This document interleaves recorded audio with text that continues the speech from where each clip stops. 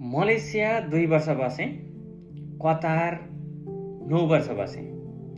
हुँदै जापान आएको पनि करिब 9 महिना भएछ र जापान हुँदै फेसबुकको मेटासँग पुगेको पनि करिब 6 महिना भएछ।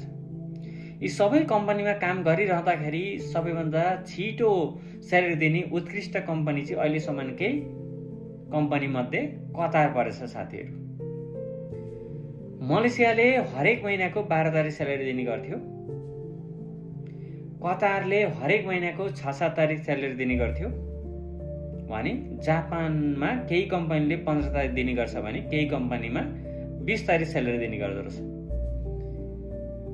र सबैभन्दा ढिलो स्यालेरी दिने फेसबुकको मेटाले चाहिँ हरेक महिनाको 24 तारिक स्यालेरी दिँदो रहेछ।